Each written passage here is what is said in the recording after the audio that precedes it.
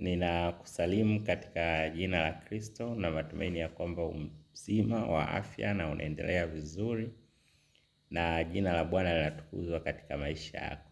Katika siku ya leo tena, ikiwa ni siku ya maombi, ni kukaribishe kwa tafakari fupi kutoka katika neno la Mungu.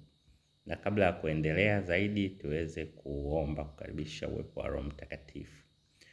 Bwana, nakushukuru sana kwa wakati huu ambao umetupatia ili tuweze kulitafakari neno lako. Ninakusihi uweze kutubariki sote pamoja na mpendo wa msikilizaji mahali popote alipo, umfikie katika mahitaji yake. Katika jina la Kristo Mwokozi naomba na kushukuru nikiamini. Amina. Tafakari ya leo inatoka kwenye kitabu cha Wakorintho wa pili sura ya 8. Na ukipata nafasi zaidi unaweza kusoma aya ya kwanza mpaka ya 5, lakini na kuendelea. Na somo linasema mweke Mungu wa kwanza. Katika sura hii kuna kisa kizuri cha washiriki wa kanisa la Makedonia.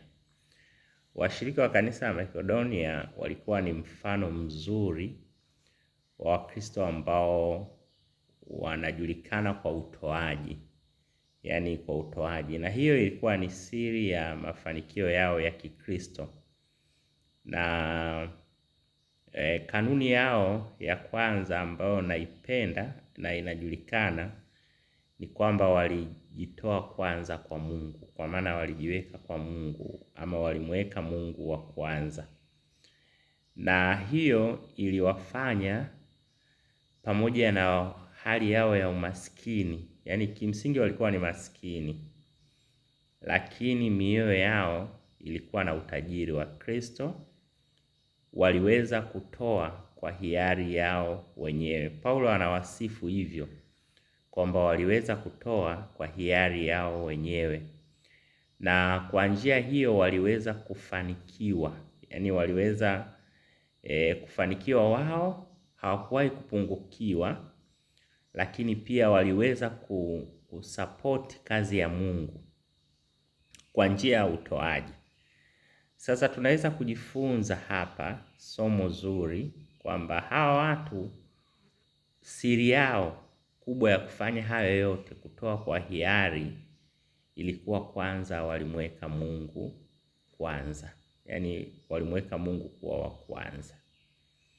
Maana yake ni nini hapa tunajifunza?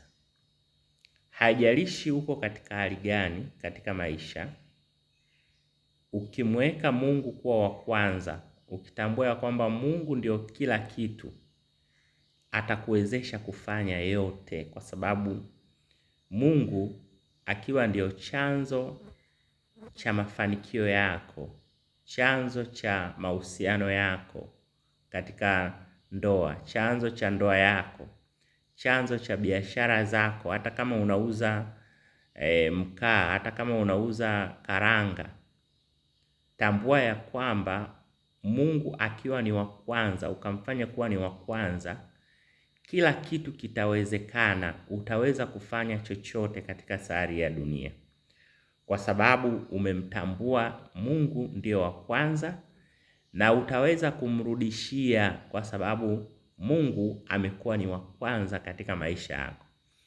Tukiangalia katika utoaji, watu wengi ni wagumu kutoa, ni kwa sababu hawajamweka Mungu kuwa wa kwanza katika maisha yao.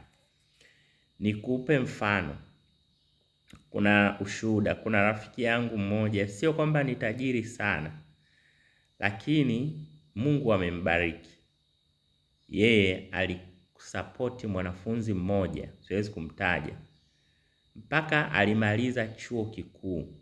Alikuwa anamsupport mpaka amemaliza chuo kikuu. Kwa sababu tu si kwamba alikuwa ana fedha nyingi, lakini alibarikiwa ndani ya moyo wake. Kwa nini? Kwa sababu yeye anasema siku zote, mimi nimemweka Mungu kuwa wa kwanza katika mambo yangu, na katika kila ninachokifanya Mungu amekuwa akinibariki. Kwa hivyo kwa kumweka Mungu wa kwanza, kwake yeye kutoa sio jambo ambalo ni gumu kwake. Kwa hiyo ukitaka kufanikiwa, tunajifunza hapa ni kwamba ukitaka kufanikiwa Ukitaka ufanye lolote lifanikiwe katika maisha yako, mweke Mungu wa kwanza. Uwe ni maskini, uwe ni tajiri, mweke Mungu kuwa wa kwanza. Ukitaka kuanzisha mahusiano yako, kupata mwenzi wa maisha, mweke Mungu kuwa wa kwanza. Ukitaka ndoa yako ifanikiwe, mweke Mungu kuwa wa kwanza. Ukitaka watoto ambao watamcha Mungu na kumtukuza Mungu, mweke Mungu kuwa wa kwanza. Ukitaka biashara yako iweze kufanikiwa katika dunia hii, mweke Mungu kuwa wa kwanza. Ukitaka shughuli zako za mifugo na kilimo ziweze kufanikiwa, mweke Mungu kuwa wa kwanza. Ukitaka huduma yako ambayo Yesu ndio amekupatia huduma, ukitaka iweze kufanikiwa, mweke Mungu kuwa wa kwanza. Ukitaka kutoa kwa uaminifu katika shughuli zako unazozifanya za ajira, za kuajiriwa na kujiajiri, mweke Mungu kuwa wa kwanza. Itakuwa ni rahisi kwako hata kutoa matoleo. Katika dunia hii, ukitaka ufanikiwe na uwe na mafanikio ya kweli, mweke Mungu kuwa wa kwanza. Utaona atanyoosha njia zako. Hata katika changamoto atakuwa pamoja na wewe. Katika ugonjwa atakuwa pamoja na wewe. Katika changamoto zote atakuwa pamoja na wewe, kwa sababu umemweka Mungu kuwa wa kwanza.